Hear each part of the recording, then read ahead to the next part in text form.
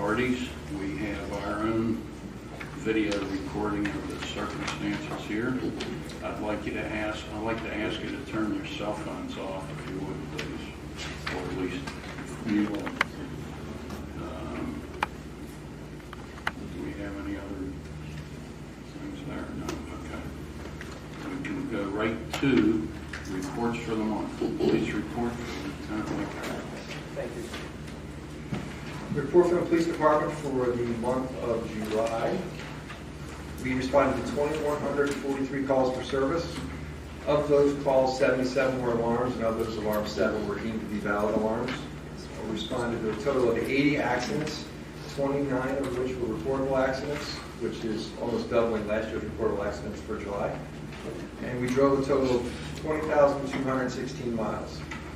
Our officers attended training for the emergency response team, negotiators training, standardized field sobriety testing, basic SWAT training. 2 of our officers went to advanced school resource officer training, and several members of our administration went to the FBI National Academy Conference. And additionally, with school starting next week, we'll be spending extra time looking at bus stops in the schools and expect an increase in traffic.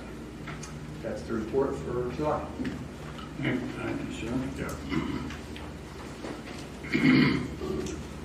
Next, we would have the report by Andrea Testa, our fire marshal.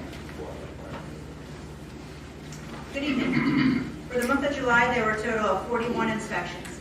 8 commercial use and occupancy, 4 fire blocking, 10 sprinkler, 5 framing, 3 fire alarm, 1 tent, 6 fire life safety, 2 residential final, 1 underground fire line, and 1 walkthrough. There were a total of 5 fire calls for the month, 2 building fires, 1 odor investigation, 1 fire alarm, and 1 smoke investigation. There was 1 fire drill, 1 burn complaint. I attended 3 meetings, and I also had 2 days of emergency management training. Good Fellowship Ambulance had 140 calls for the month, and Westchester Fire Department had 32 calls for the month. And I also have the building officials report. Okay, thank you. There were a total of 161 permits for the month, 22 building, 29 electrical, 10 fire protection, 35 HVAC, 26 plumbing, 7 roofing, 6 zoning, and 12 use and occupancy. The total cost of construction was $5,730,333.32, and the total permit fees for the month was $82,998.15. Thank you. Thank you. The next thing on the agenda really is the chair's announcement.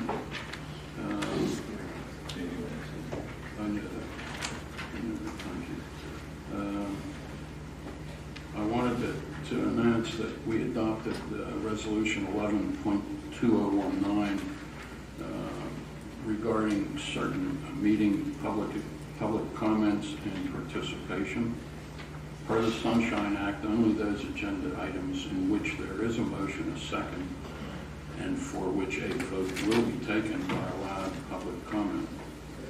Public comment for items on the agenda and not on the agenda should be limited to 2 minutes per person. West Goshen Township residents, property owners, and business owners are permitted to offer public comment. Audience members who become disorderly or who do not abide by these rules may be removed from the meeting room. Next, we have meeting minutes approval for July 22nd. Do I have a motion to approve them? I'll move for approval. Thank you. Second? I'll second. Okay. All in favor is aye. Aye. Aye. Oh, sorry. Margie, you had a question? Yes, I did.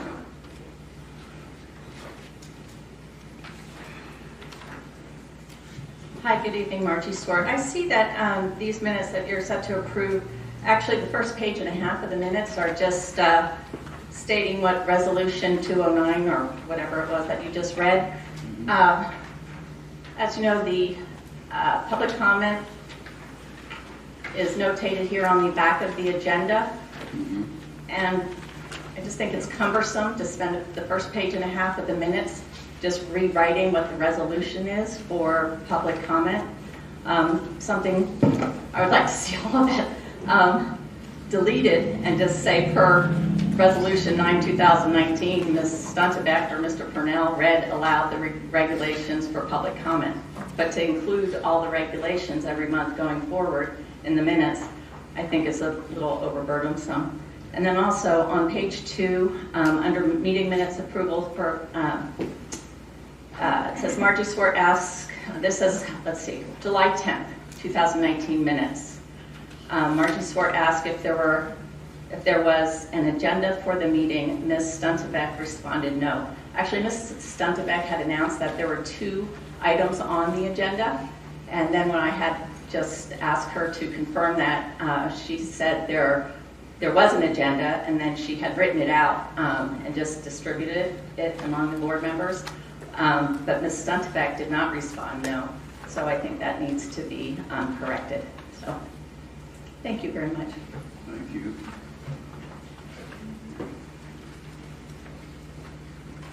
Casey, do we have a note there to change that, or is that necessary? It's up to the board. It's your year. Okay. Do you have any questions on it? No, I don't recall. I don't know. I don't remember there being an actual agenda. I just remember we were using a sheet at the time of the meeting. I did agree with those ones. I'd go with the motion early then. Okay. We'll approve it. We'll fit it the way it is. Should we make a note in our minutes this time that Margie commented on it? Okay, thank you. Just for the record, I did rewatch the video, and Ms. Stuntebeck never responded no that there wasn't an agenda. I think she would personally take issue to words being put in her mouth as well. Thank you. I don't know that it's of consequence particularly, and therefore I think we can go ahead information. Good. Okay, What was that? Was that? I'll call the motion. Yeah, 3-0. Thank you, Margie. Second item on there is the treasurer's report of July 31st.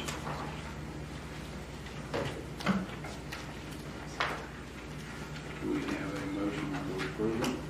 A motion that we approve the treasurer's report.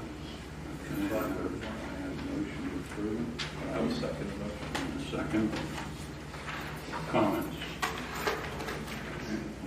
Margie again.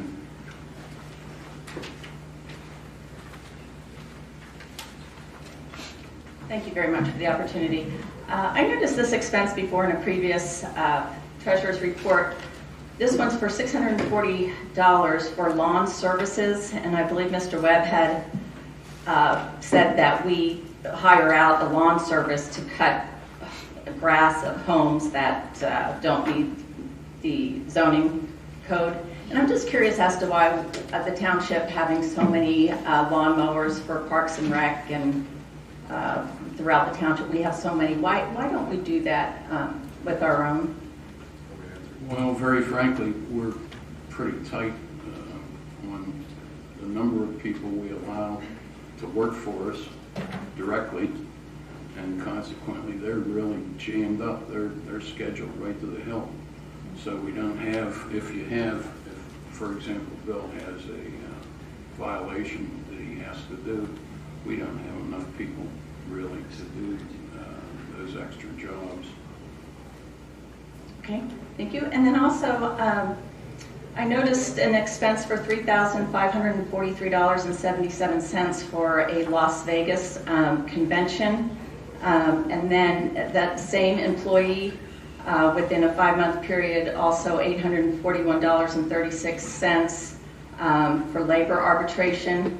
First one was for HR. I'm just curious why we don't utilize and send our employees to somewhere closer to home. I did forward you all a link today that shows the Pennsylvania Municipal League and all the training. Very frankly, the best conventions and training classes in the country usually are those large conventions. I've been to a number of them, including the one for inventory, the one for fire chiefs, etc. They are always in a big city, that they are always well attended and well worth it. I don't have any compunction at all about sending people to the best ones. Periodically, though, not every year necessarily, maybe every other year or every third year, but we do send them, and we do budget it ahead of time. All right. And then also, I picked up a right-to-know request last week, and when I came in and paid for it, I was asked if I wanted the receipt, a computer-generated receipt or a paper receipt, just one of those little coupons with the check number on. I'm just curious why the township has two forms of receipts and gives citizens a choice. Cannot answer that. Don't know. Is that something? That's your 2 minutes. All right. Is that something someone on staff could answer? I don't have it. I don't. Yeah, go ahead. Sure. If you can. Which receipt were you provided? The paper receipt or the paper receipt? I was, The long form receipt is inputted directly into Munis, right, our financial software. right. If one of our employees is manning the front desk for whatever reason and takes a payment, they do not necessarily have access to Munis directly to input directly in it. So they give you a paper receipt, which are then turned into finance. Okay. So she asked me, she said, would you like, Because the Munis receipt takes some time to input, whereas a hand receipt obviously is a hand receipt, which can get you out the door quicker. okay, great, thank you. Sure.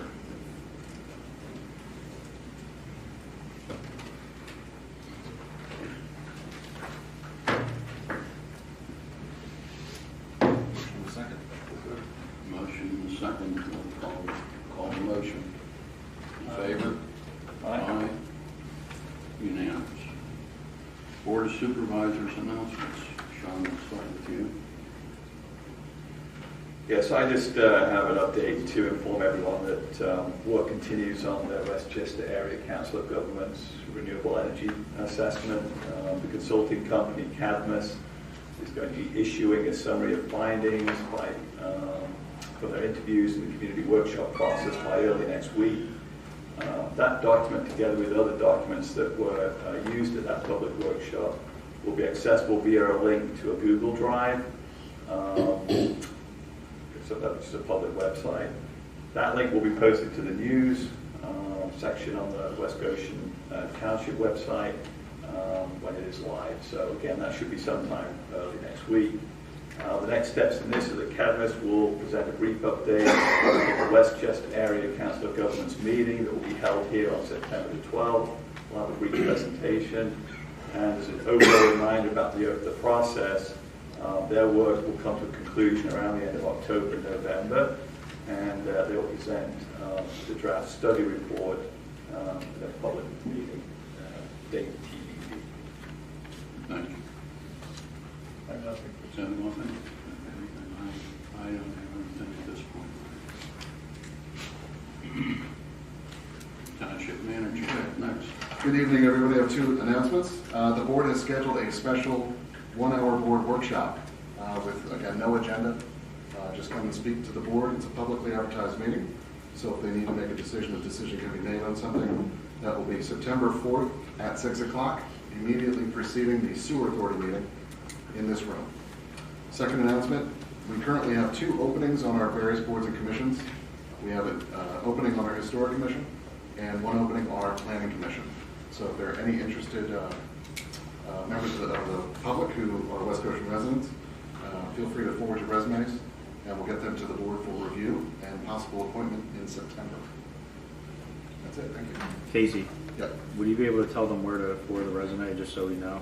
'Cause, Yeah, I mean, you can bring it into the township building in person, or send it to my email address, or twp@westgoshen.org, and we'll get them out to the board as soon as we get them. Thank you. Next on the agenda is the stormwater report from Mr. Chairman, we were notified on Monday by DEP that the Pennsylvania Bulletin 30-day comment period has expired and no comments have been received regarding our new MS4 application. They also advised that because of that, issuance of our final approved permit is imminent. We just don't know what imminent means, whether that's 1 week or 2 weeks or a month or whatever. But the permit will be issued shortly at DEP's convenience to do so. At which time we will be required to start implementing our TMDL and PRP plans for the next 5 years. In regard to the Greystone project, the paving of the collector road from Phoenixville Pike, Pottstown Pike, has been completed up to the binder course, which is as much as going to be completed at this point. So that road has been connected, is not open to traffic other than construction traffic. So just because it's paved, don't go driving through there because it's still a construction site and a hazardous area to drive through.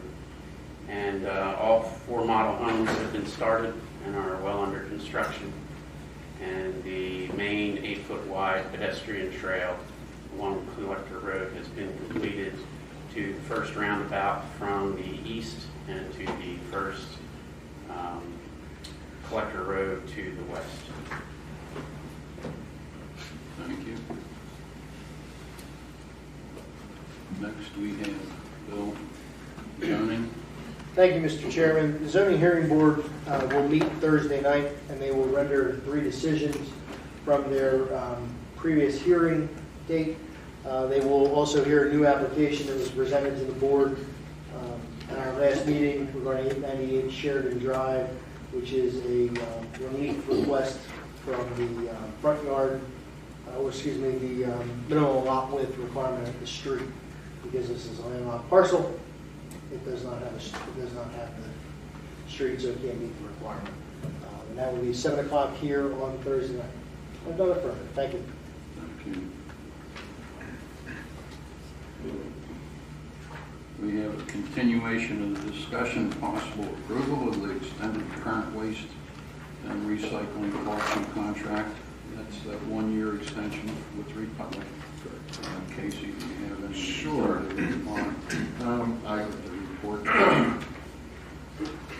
I, along with staff, drafted a memo which was also posted to the website regarding the extension. Just to give some data, Republic has GPS on all of their trucks, and they have extensive data that that's made available to us about who uses the service once, twice a week. So that was included in the memo. But the main question tonight is whether or not we move ahead with a 1-year extension. At the time that the bid was written and approved, Pennsylvania law allowed for a 3-year base contract and then 2 1-year extensions. Correct. So we're in that, coming up on that 4th year, which requires a vote by the board to extend the contract 1 more year. And if they see fit, to the 5th year. Republic has submitted a request for a 3% increase. Now that's not out to the public to pay for. It's a charge to the township. We absorb that cost inside the fund. And Dominic from Republic is here in case you have any questions of the contractor. So far, Lisa Cavada is here. She handles all of our trash issues and waste recycling issues. I don't know about the rest of the residents, but the service has been excellent in the first 3 years. And unless you have act tonight to go out to bid, we wouldn't be able to make it before the end of the year. So the question is, do you want to extend a year or go out to bid, but still we'd be tight to get it in before the end of the year? I personally have had nothing but good comments from the general population around me. I think it would be in order to extend the contract, and I'll entertain a motion to that extent. I'll second that. Okay. And we'll wait until after the motion and second. Motion to extend it 1 year? I'll give you a second. Yeah. First, you moved and he seconded, right? I didn't. Oh, Sean did. No, Or, I'm sorry. I thought you did. No, I said I would entertain. Oh, I'm it. sorry. Gotcha. Well, Well, let's start off. You're going to make the motion, you're going to second it. Okay. Question, Sean? Yeah, so at the last meeting, I had asked if we get a little bit of basis to the 3% increase that was proposed by Republic. Were you able to obtain that? I know Dominic's here to maybe answer the questions too, so. Yeah, I posed the question to Dominic. Obviously, it was his proposal to increase by 3%. I will yield to him. We did obtain the Bureau of Labor Statistics. CPI is really not a good number for this industry, and those numbers, the numbers that are on the website as well, show a higher cost than 3%. So, in my opinion, I think we should move ahead with my professional opinion without talking to staff extensively about this. But Dominic is here, so please. So Dominic, I have a question that you may be able to answer. Could you come up?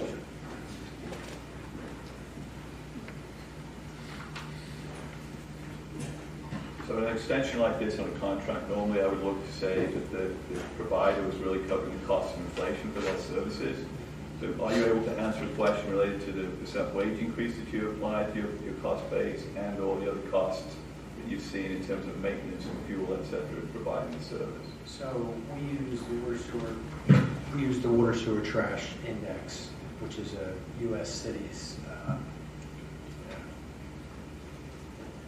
basically just like CPI. It measures water, sewer, and trash costs specific to the industry, and it runs last year at 3.5%. So the CPI does indeed run less than that, but obviously CPI is measuring consumer products, fuel, food, things like that, things that don't directly impact our business.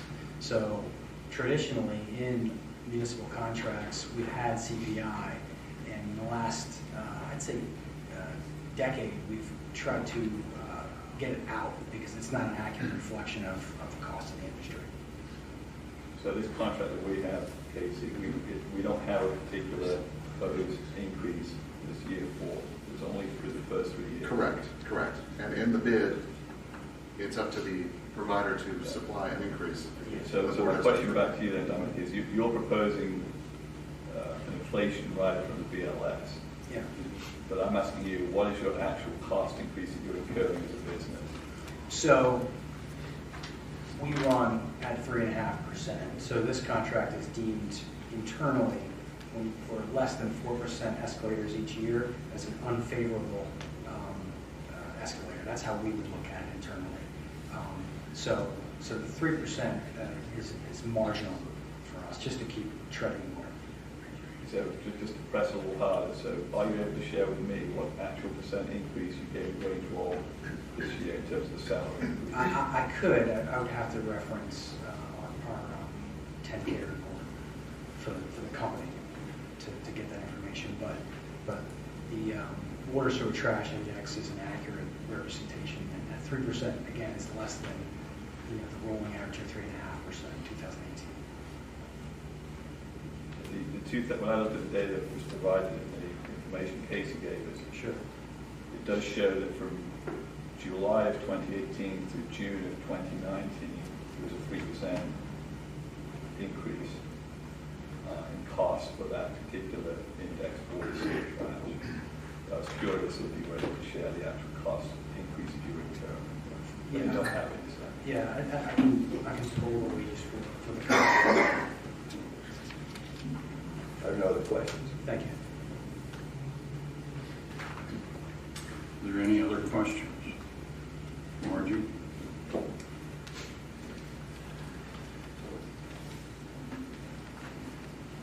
Thank you. Am I able to pose a question to Dominic? It's up to the board. How long does it take just to get a quote on 1 day a week pickup, just to be able to compare what the cost difference is 1 to 2 days a week? I understand not wanting or not having the time to go out to a full bid, but does our current contract allow us at least to stay with the same company, but just explore different delivery options just to see what the cost difference is? We can explore it, but we'd have to go out to bid again. We can't change a contract, even with their approval. Okay, so you had, there's a lot of information, and I must applaud you. This, it's nice to see a memorandum that the supervisors actually have in front of them written material to be able to make a decision on our behalf. And I've been coming to meetings for 4.5 years, and I think this is the first memorandum I've seen from township staff. So I applaud applaud you all for that. It talks a lot about the cost of trucks and capital investments. Republic was purchased by Waste Management a number of years ago, correct? Republic merged with Allied Waste in 2000. Allied Not Waste. waste management. Not waste management. Management's a separate. Okay. Waste management is separate. Totally separate. Okay, thank you. So even in a situation, say, and I know it doesn't sound like it's going to happen this year, but in the future, if service was reduced down to one pickup, with the size of your company, would you really need to purchase 3 new trucks to reduce the pickup days? And I'm curious how it seems counterproductive, or I just don't understand that. I'd love somebody to explain that to me. It's really just the amount of tons that have to be collected out of the township. And so each truck has a finite amount of tons that it can fit in a day. So including once a week service, all the tons that are in the community are still here. So they just have to be collected on one day. And so let's say there's 6 trucks. I think that's actually correct. There's 6 trucks that roll throughout the township on these Thursdays. You would likely go to 9 or even 9.5 to make sure that those tons were, because you run out of time in the day, basically. That's really what it comes down to. You start work at 6, and the landfill closes, you don't find any ability to get it out of the township. Okay. And that's really why you have to buy. Margie, your time's up. Okay. Thank you. All right, just one last question. Mr. Lalonde had mentioned there's information in the memo, or the information that was supplied to you, that says how many homes or stops do actually put their trash cans out twice a week versus once a week. It's in the memo. Margie, Yeah, I your didn't time- see that in the memo, so I was just curious. Your time's up there. Okay, It's in the great. second paragraph. Thank you for The your first sentence of the second paragraph. Sure. We have a motion on the floor. All in favor? Aye. Aye. Opposed? Unanimous. Next, we have the Westchester Public Library and their annual presentation. I would like to recognize the representatives from the library.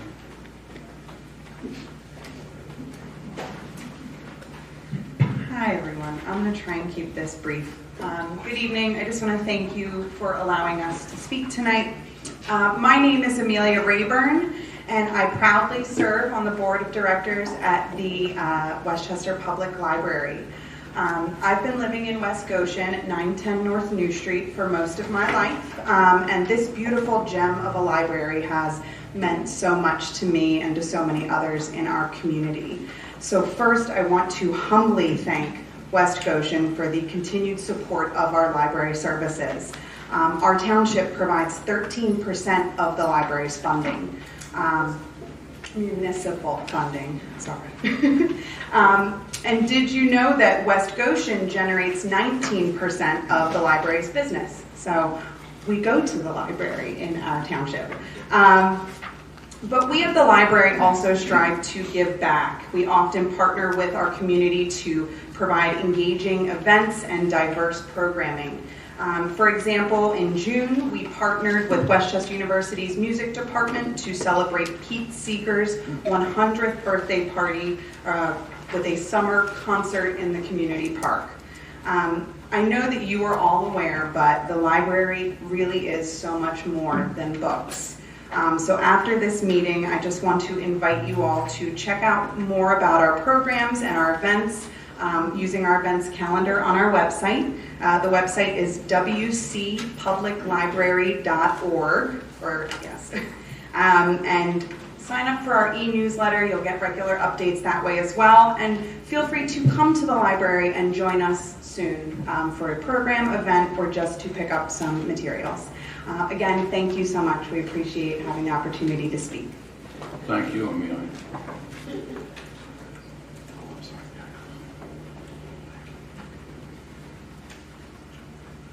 Are we ready for? Okay, is she here?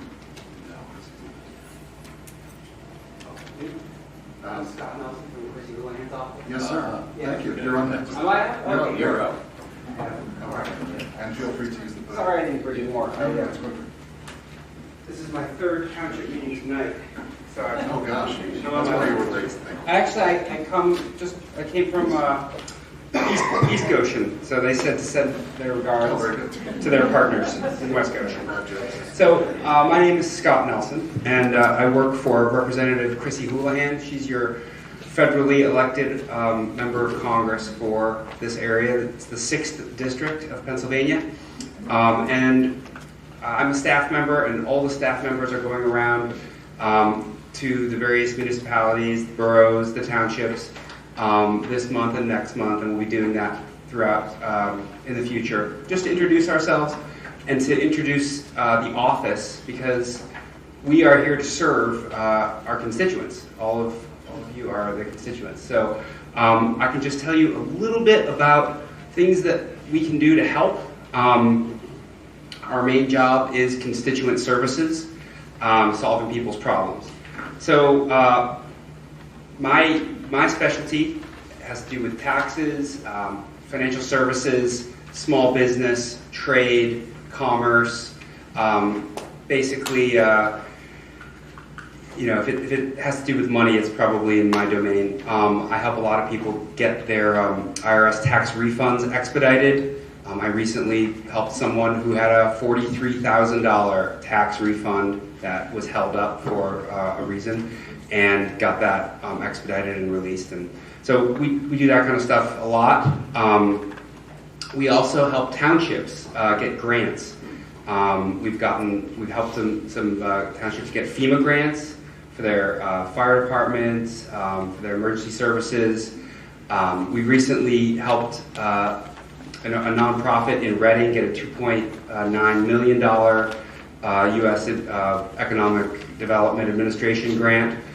We've had some other grant successes in the hundreds of thousands of dollars, so we do a lot of that.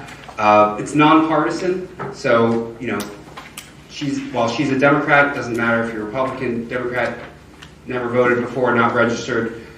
Anyone who's a constituent, we're here to help. We have 3 offices. The main office is in Westchester on Gay Street, 709 East Gay Street. Welcome to come by. We have a satellite office in Reading, and then we have our office in Washington, D.C. on Capitol Hill. That's where Chrissy is most of the time, 3 weeks out of the month. She's down in D.C. legislating, and then 1 week per month, she's typically here. And then just so you get to know a little bit about the way she's sort of fighting for Pennsylvania and the district in general, she serves on 3 committees. It's a little unusual. Most people serve on 2. She's on the House Armed Services Committee that passes the military budget, $730 billion. She's on the Foreign Relations Committee. That she just got back from a congressional delegation trip to Israel for that. And she's also on the House Small Business Committee, and we do a lot of work for small businesses in the district on that committee. So if anyone has any questions, I'm happy to answer them. And if not, I do have one other township meeting to go to tonight in Malvern. 4, so it can be a record. Mr. Nelson, thank you. Yes. Appreciate it. Thank you. And just to let you know how to reach us, our phone number is 610-883-5053. I'm sorry I only had 1 card to give out, but if you Google Chrissy Houlihan, it'll take you right to our website, so we can help you that way too. Thank you, everyone. Thank you.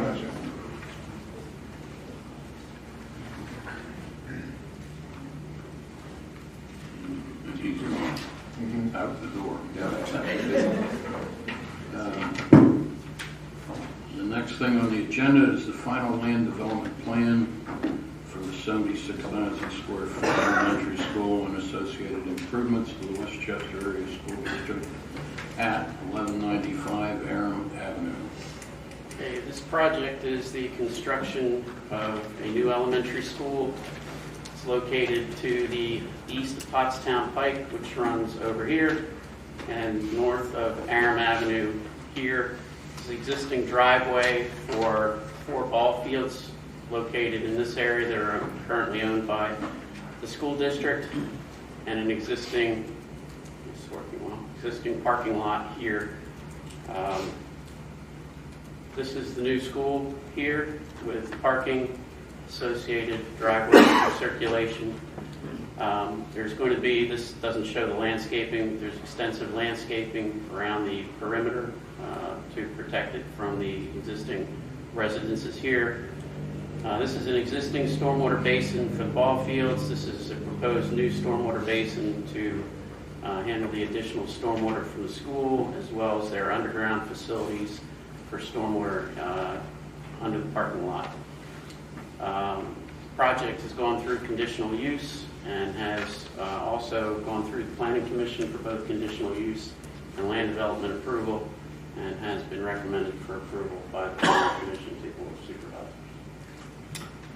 I would just note for the board and for members of the public that Mr. Ross Unruh, who serves as solicitor to the school district, is here to address any questions that anyone may have. Rick, I was just wondering, can you show us on the map where the proposed sidewalk is going to be? I know there was something. Yeah, the sidewalk's going to start here on the north side of Aram Avenue and go up through here. This is existing sidewalk here, so it'll go up to the new walkway across to the school parking lot. Thank you. Any questions? We should then entertain a motion for approval. I'll make a motion to approve the land development plan. I'll second. Seconded. Any questions from the audience? All in favor? Aye.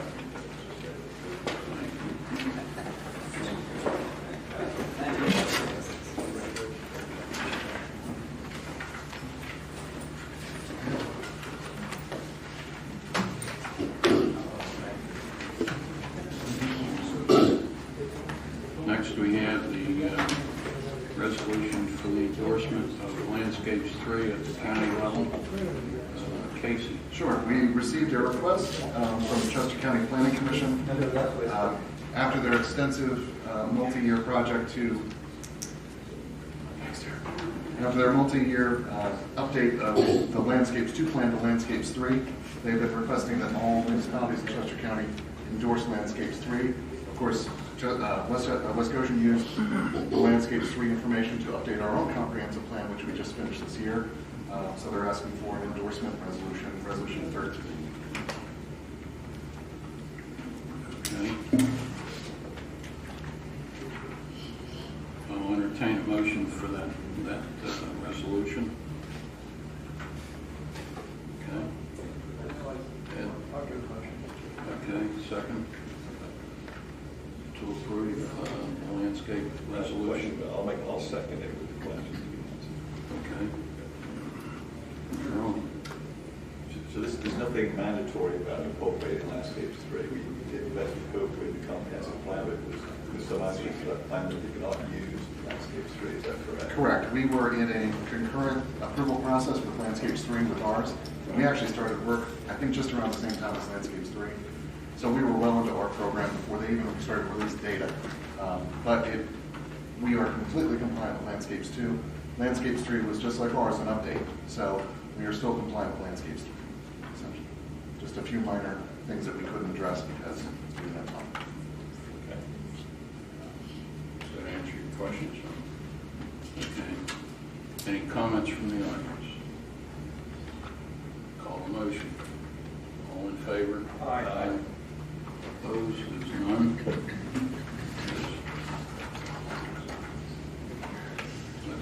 The next one is the final resolution for authorization of township employees. This is a housekeeping item. We'll do this maybe twice a year, a little bit, maybe once a year. We get all of our auto license plates through and our registrations through Kyle's Auto Tags by Grant's Kitchen. So we maintain a list of people who are authorized to sign to do that work there. We need a new registration. So this is just updating the the signature list. Okay, I want to entertain a motion to approve the resolution. That's resolution 1426. I'll second It's that. your motion, your second. All in favor? Excuse me, got to ask a question. Anything from the audience? Okay, hearing none. All in favor? Aye. Final thing on the agenda is public comment. Yep, we've received 3 requests, actually 4, Ms. Shorty, too. In order, we have I'm sorry, I'm going to mispronounce your name. Heiss. Heiss, thank you. We have the Heiss family. If you want to come up and make your public comment. And then next we'll have Daniel Miller. Is he here? Okay, good. As soon as they're done, feel free to come up too. And then Mr. Brockett, you're on the list as well. You're third. And then Ms. Schwartz, if you want to make a public comment. And then anybody else.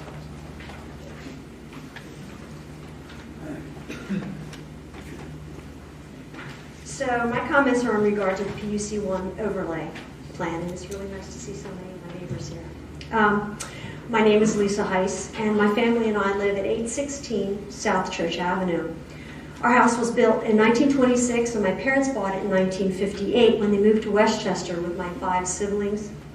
My husband Lou and I bought the house in 1991, and we raised our 3 children there. Apart from my college years and a few following, I've lived in the house for 56 years.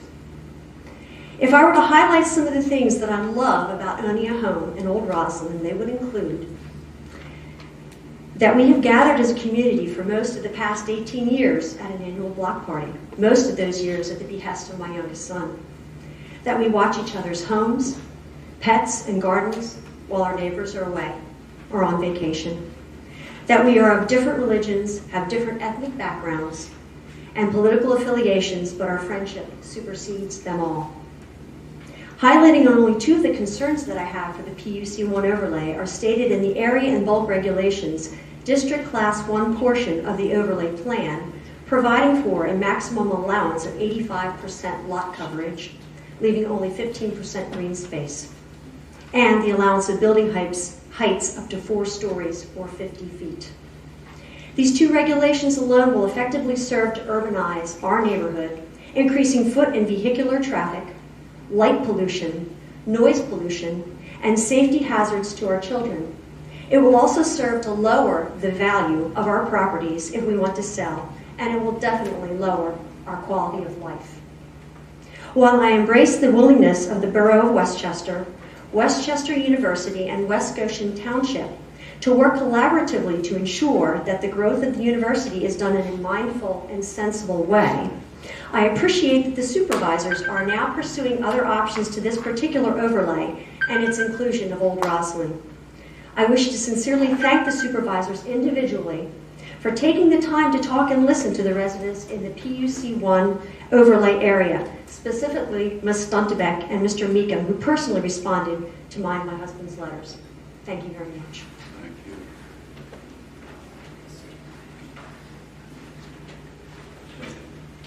Mr. Miller? Oh, I'm sorry. Mr. Rice, did you want to make some comments? Yeah. Oh, you're up.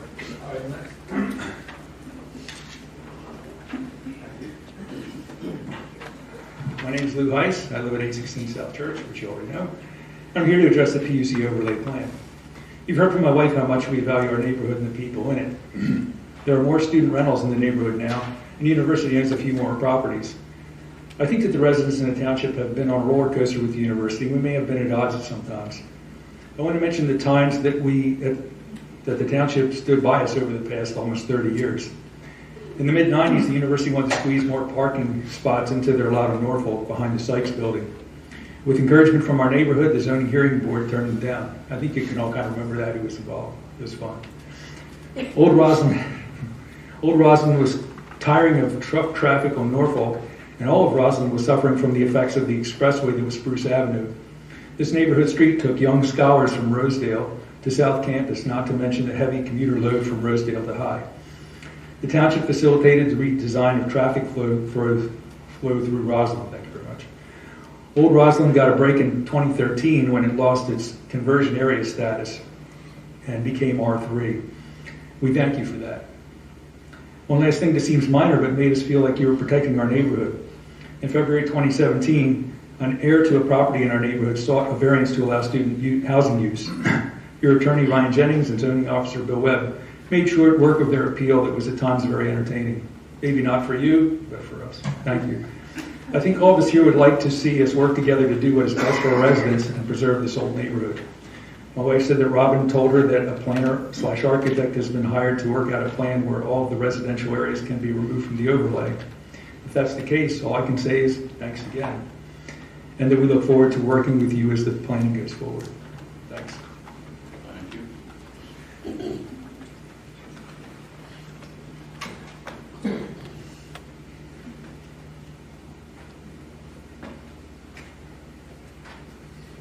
Good evening, ladies and gentlemen. My name is Daniel Miller, and my wife and I, as well as two little ones, share a life at 808 South New Street, situated 3 houses down from Rosedale and 2 houses up from the Catholic Center on Trinity Road. With your permission, I would briefly like to address the matter of the proposed WCU overlay district that directly impacts our R3 zoning status as residents of West Goshen Township. Now, I must let you know that I haven't heard the latest of great news, but and this might sound a little redundant as far historically, so just bear with me, if you would, please. Now, our address is 808 South New Street. And now at 808 also happens to be the month and year that we purchased a piece of ground where, with full confidence and faith in our builder, we were able to have a house built, and even with greater confidence and faith in our township and its leaders to protect all our properties and secure the peace and quality of life in our neighborhood, we chose to make West Goshen Township our home once again. I say once again because we had our first house built on Little Shiloh Road after purchasing the ground from a wonderful gentleman named Conrad Ruley. After 10 years, we decided to downsize and chose to purchase a smaller parcel of land again in West Goshen Township. But the ground was not cheap, and in fact, the public record shows that we spent $168,000 for 1/2 an acre at 808 South New Street.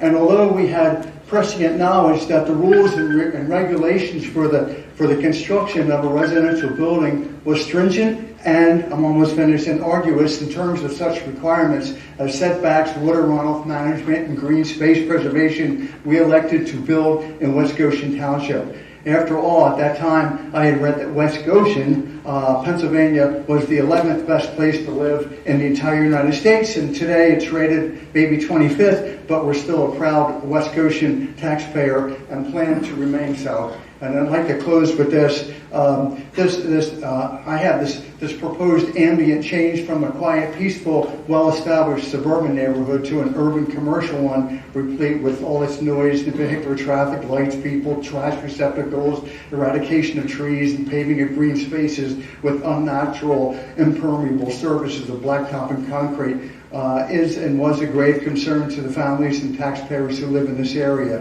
The opprobrium of one last paragraph, the opprobrium of being directly associated with the plan that would adversely alter such an inviting community into one urban chock-a-block would personally keep me awake at night. So I would urge you to conduct further diligence by considering a more equitable and considerate plan worthy of the confidence we have in your joint abilities. So it appears that you are moving in that direction, and we thank you very much. Thank you, Mr. Miller.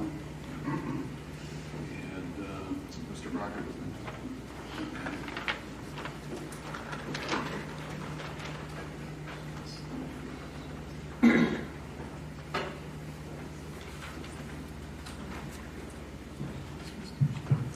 Last month I came across a quote on the internet. It stated, "If you have no conscience or moral compass, you cannot be embarrassed." This certainly would be applicable to this Board of Supervisors.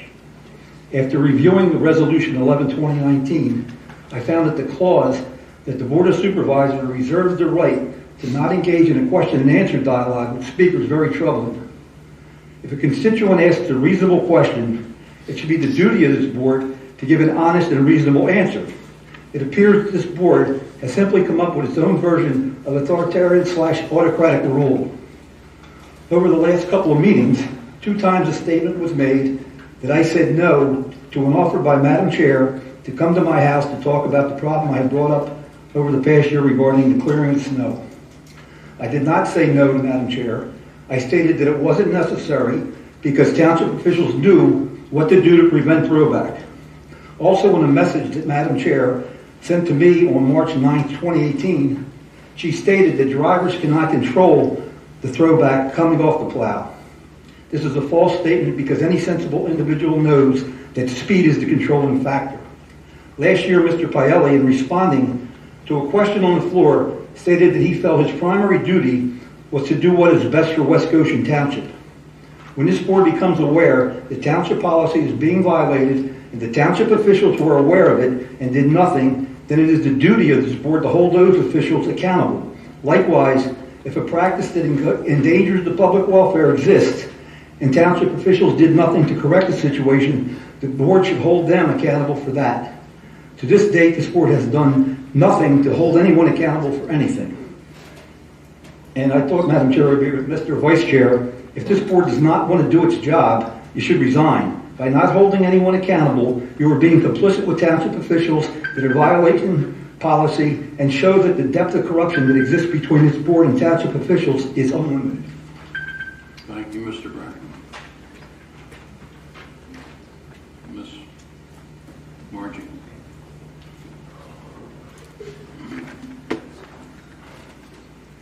As you know, my name is Margie Swart, and I would like to read into the record a letter that I received from the Board of Supervisors in the U.S. Mail last week. It says, "Dear Ms. Swart and Mr. Ribery, the Board of Supervisors collectively writes to address a situation that has come to our attention.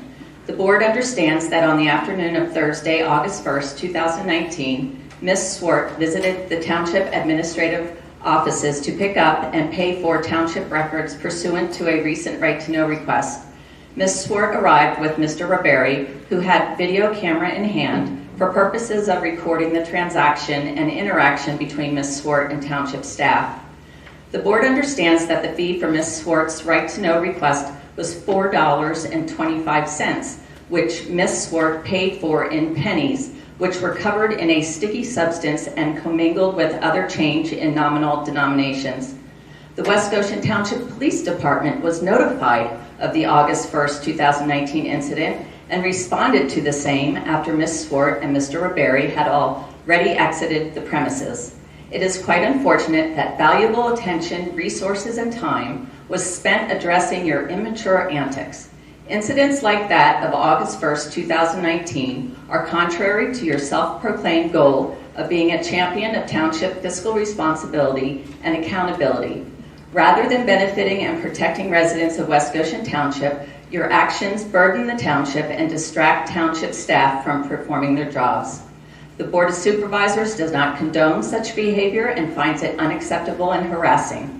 In the future, if you choose to file right-to-know request and seek access to public records, the township will not accept payment in pennies, but rather will require payment by check or dollar bills. Moreover, if you have a question that relates to township business or wish to meet with any township staff, you are directed to send an email to the appropriate township employee requesting the information and reason to meet. The appropriate staff member will respond to your request as the schedule permits. The board expects your cooperation and understanding moving forward. Respectfully, the Board of Supervisors of West Goshen Township. And I'd like to hear, Mr. Pielli, did you in fact approve this letter as written? I'm going to ask. I'd like it all on the record. Margie, I want you to know you're on your 1-minute extension. Thank you very much. I appreciate the additional minute. I did indeed. Okay. Mr. Meekum, did you approve the wording? Very much so. Mr. Purnell, did you? Absolutely. Okay. Mr. Walsh, did you? Yes, I approve it. Okay. Did this letter go by or go through legal counsel? As far as I know. Mr. Jennings, did your office approve the wording and the structure of this letter? Yes. Okay. Who actually composed and typed the letter?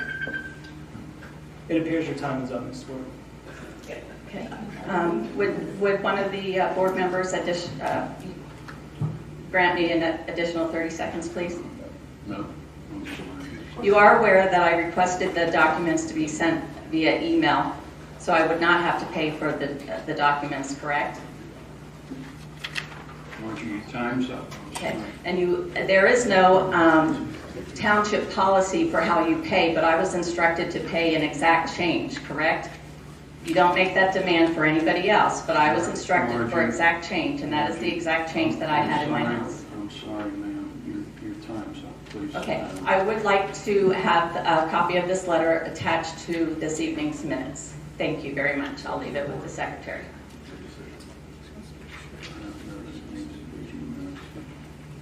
I know when any other resident asks for letters or statements to be added to the minutes, it is granted. So I respectfully request the same of my elected officials. Thank you. Thank you.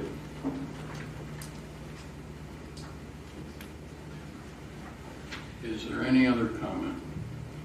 Doc White?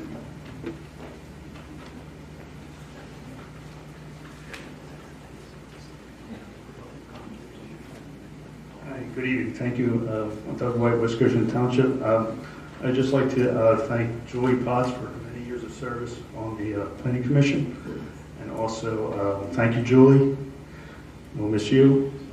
And also to Monica Giuliani and Will Morrison, Bob Owens, and Jeffrey Landslager, who were relatively recently on the Board of Supervisors. And I'd also like to thank, or the Board Planning Commission, I'm sorry. Also, I'd like to thank John Hellman for his unwavering support of pedestrian safety. As you all know, this month is not easy for me and my family. And just a reminder to remember Dr. White. How can you forget I'm always here? so just thank you. Thank you very much. Thank you. You were next.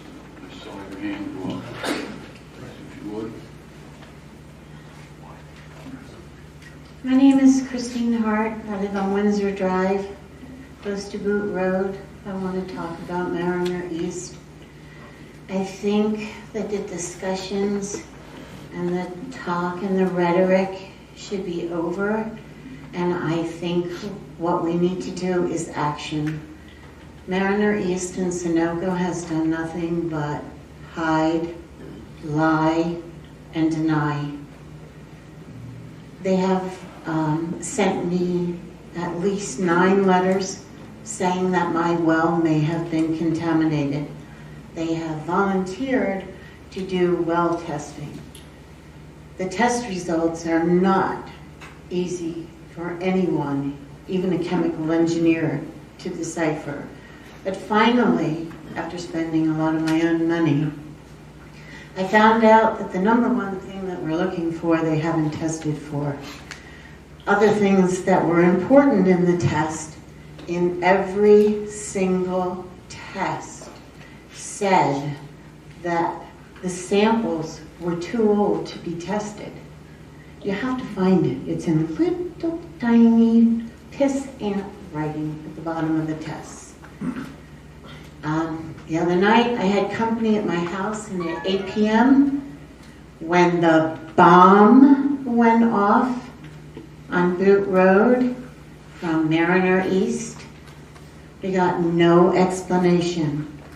I'm tired of the lies. I want complete transparency. I want the truth. I want to know why.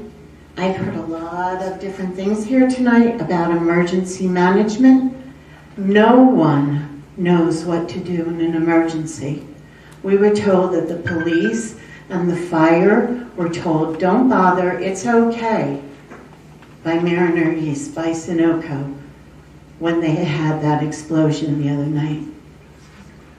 The roads are being ruined.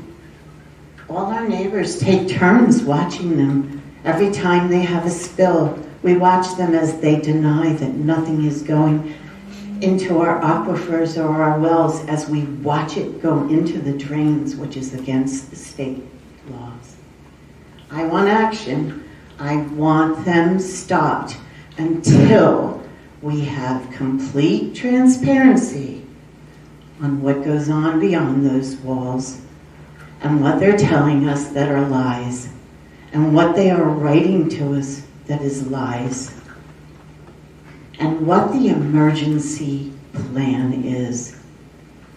There is no smell from a leak. There is no way to know. I smoke. I have my cup of coffee and my cigarette in my hand.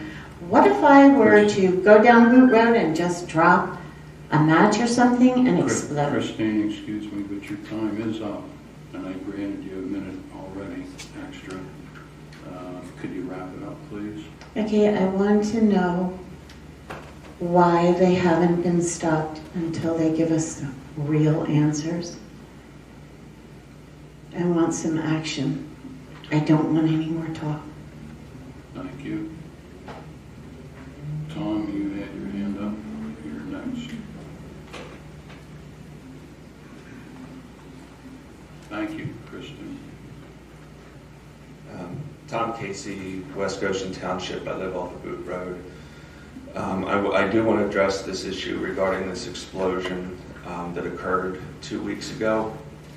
And I'm glad that the township is working towards protecting certain regions of this community. The answer to your question, Ms. Hart, is that this township signed a settlement agreement in 2015, and it cannot question the safety of this project, period. What was the consideration for that? So the deal, I've warned for years, you've all heard me talk about this as a potential catastrophe in the making, and that was a dry run. I am really upset, disappointed in this entire process. It is not like we haven't warned you, that I haven't stood up here time and time again and talked about this. I could move tomorrow, and this will still be here. That explosion rocked our neighborhood, and the emergency response, because 911, both township and county, received the phone calls regarding this. Our county dropped the ball. They did not send a hazmat. They sent an officer. They sent an officer to investigate an explosion at an active HVL facility without proper equipment. We have residents, including my wife, who smell gas. And there's one thing that we do not know yet because Sunoco will not tell us. Liquid ethane does not have odorant mercaptan, but we do not know if propane does. They have not revealed that information to the public. When people smelled at 6:30, 7 o'clock on a summer night, propane in the air an hour prior, a leak was going on. They were doing maintenance. That flare was off. The pilot light was turned off. When that officer showed up that night, and an hour later, everybody was home and that facility was dark and there was not one emergency management, and to find out that our emergency management coordinator did not learn about this until the next day through social media, there's a failure here. There is a massive failure for our community, and I've had enough. I've had enough of it, guys and ladies and gentlemen. This is not a joke. That was a test run, and we failed. Thank you, Tom. Point of order, Mr. Any Vice other Chair. questions? Point of order. And your point of order is?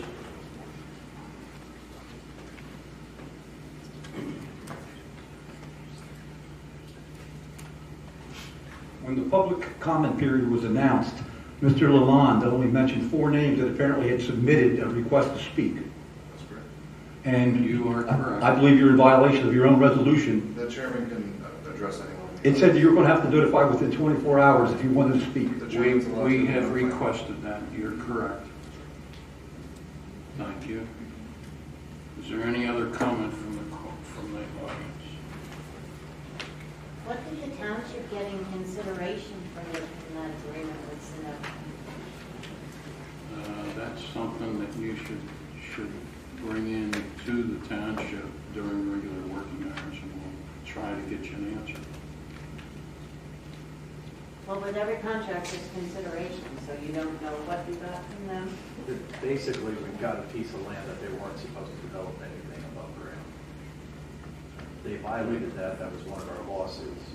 That was part of it. That was the valve location. I want to make it clear that that was done before, I think, just about everybody on this board. Right. So that was a 2015 agreement that was entered into by the township. Where do we get emergency management as a neighborhood, as a parent, for our churches, our schools, our families, our homes? Where's the emergency where do we get the education to know how to deal with this emergency? I'll talk to you after the meeting about that. That's a good point, too. That's something I'd like to address as well. I'm Erin Morelli. I live on Mary Jane Lane. Your name is? Erin Morelli. I'm a resident of Mary Jane Lane, which backs up right to the pumping station on Root Road and 202. So on the evening of August 5th at 7:59 p.m., we hear this loud explosion and our house is all shake. And my neighbors and I all look out our front doors looking at each other like, what the hell was that and what do we do now? Because we've been instructed not to use our cell phones because it could ignite, not to start our cars because that could ignite a spark, don't ring doorbells. So we're very cautious and we're just standing there looking at each other for a few minutes. So finally my husband and I, we decide to take the risk and call the 800 Sunoco emergency number. Luckily nothing exploded when we dialed. And the Sunoco person on the other line in a call center in Texas told us that he didn't know what was going on and that he would have to call us back. So meanwhile, we're right up against this pumping station with our children in the house, pets in the house. My husband is disabled, walking with a cane, and the only instruction that I recall that we've been given is to run upwind for a half a mile. So my husband can't run right now. I don't even know what direction upwind is or how you tell. So that left us just sitting there shaking our heads like, was this a true explosion? There's gas that we can't see or smell. And then finally Officer Gilbert rolls around and he didn't know what was going on. We had told him that we called Sunoco and he's like, yeah, I'm thinking it might be from there, but I'm not going up there. He didn't know what to tell us. And there were 911 calls coming in and the 911 operators knew nothing. So I just want to express my concern and have this on record. So when a true emergency does happen and it's catastrophic and I'm no longer here, that this is on record and that everybody here knows, like, you will have blood on your hands because it's not going to be a recovery. It's not going to be a mission to go in and save people at that point. It's going to be a recovery mission. I mean, this is serious. Thank you for your comment, Ms. Rowland. Okay, thank you. I would make this comment to everybody out in that area. Having been a virtually lifelong fireman, having been a captain in the fire department, and having been through a lot of mass evacuations and training for it. There's an app called Pulse Point that will give you a beginning information as to whether there's been a response noted by the county fire services. My comment would be that you should subscribe to that Pulse Point. Can we use our phones? I don't know if that would ignite an explosion. Yeah, I don't think it will. The phone problem is generally the one with the dial or where you're the landline. Tom, you had a comment? Regarding Pulse Point, I have that on my phone and it goes off continuously. But here's the problem with what occurred the other night with you, Mr. Brown. Our county did not deem this to be the level of emergency at an HVL facility that just people were reporting an explosion. That's correct. And therefore, it was not reported as such. It was a disturbance, a noise disturbance. Correct. So on the app, it would show as a noise disturbance, not an explosion, not a release, Correct. not a gas leak. And That's one of the main and problems here. And that's basically what it was. It was a gas leak. And when they reignited the pilot light, the ambient gas in the chamber and the gas surrounding that flare tower exploded. Correct. That's an HVL release and explosion in a very small amount. We're talking about if this was reported by our county emergency service, because let's be clear, they dropped the ball here. And they put our officers at risk. And there's one other thing that needs to be addressed here. I won't necessarily agree with that, but go ahead. The officer does not have this hazard materials training. They have basic understanding and knowledge. Our officers, Officer Gilbert has that. He told me he had it. So do I. I have basic understanding. But when they went into that facility, no one from the county hazmat team came in to guarantee that there wasn't a leak. Okay, I can't answer for the county, and that really is beyond our responsibility. No, it's not, because you guys rely heavily on the county hazmat. And if you don't hold them to account, those county commissioners and those hazmat people, then we're all at risk. It's beyond the scope of the discussion right now, Tom. Thank you. I'd like to add on that. You know, folks. Chris, go ahead. We have tried. We've spent hundreds of thousands of dollars where other townships just sat down and did nothing. We tried to fight this thing the best we could. The agreement that was referred to was passed by a board. I don't think anyone was on it, I'm not sure, but I know I wasn't. It wasn't the best of agreements. It turns out it wasn't the worst of agreements either under the circumstances. We are not apologists for Sunoco. The county, in my opinion, did drop the ball on this. I agree with Mr. Casey on this point. They should have at least sent somebody over to check it out. If that is not protocol, it should be protocol. I don't understand that. We did ask for an investigation. You see in the recent posting that the PUC is investigating. Folks, I said this a million times and I'll say it again. We did everything that we can. If we find a way to do something, we'll do it. And if that doesn't work, we'll try something else. But unless and until your state representatives, your legislator, does something, votes to change the PUC that was codified back in 1936, I believe, never contemplating the magnitude of this industry or the safety considerations, Harrisburg won't do anything. And Harrisburg is the only way we can change those laws. We can change the code. We can regulate this industry. Pennsylvania, currently, is the only Commonwealth or state that doesn't even have an easement restriction on how many pipes you could put in an easement from a utility. These are things that we here in the township can't do, but we advocate. If I had a dime every time I talk to my state representative or my state senator, who, by the way, is fighting the good fight, if you can all support Andy Denneman and what he is proposing in his legislation about detection devices, about emergency plans, those are the things we have to do. So I get it. I understand there's frustration. And I do appreciate hearing your concerns. But we're with you. We're not against you. And if there's a way that we can work together, I had discussions with Mr. Casey about this. I'm at my wit's end. I don't know. My wife was in the house, and we're at least a third away. She was indoors, and she was terrified. She didn't know what happened. So what we have to do, what we have to demand, what we have to require is that we take this industry to task, and we do it through our representatives. Representatives who fail to even apply a tax. I mean, you've got conservative Texas who's putting a tax on this industry, and they should. This industry should pay their fair share to help money to get to regulate and to do these things. It's just their fair share, but they're not. So once again, we've talked about this I don't know how many times, and we'll keep talking about it. And if we see some type of opening, we'll take a stab at it.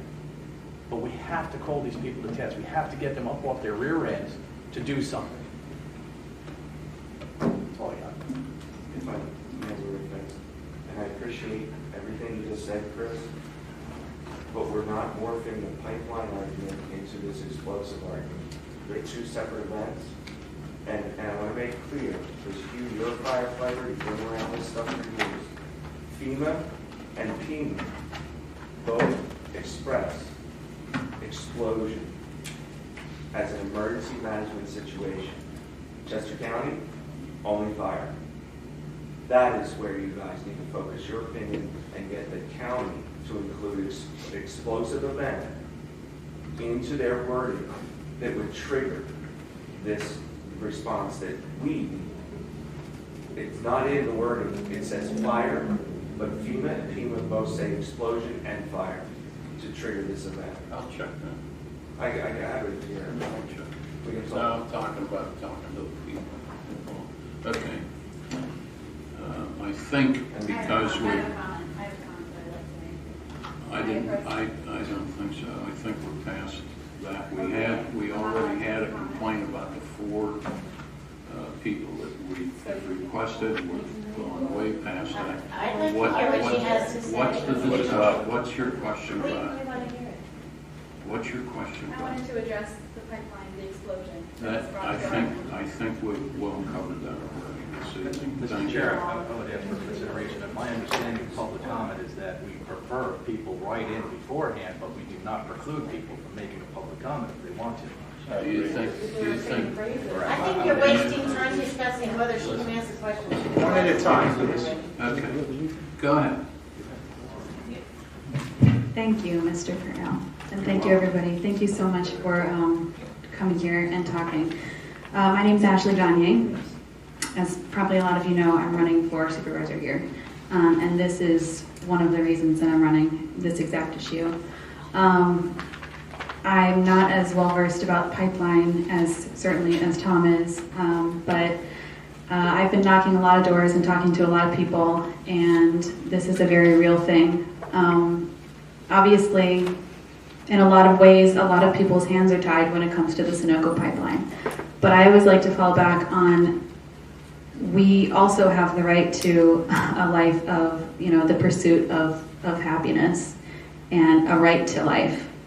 And something as dangerous as this pipeline needs to be addressed.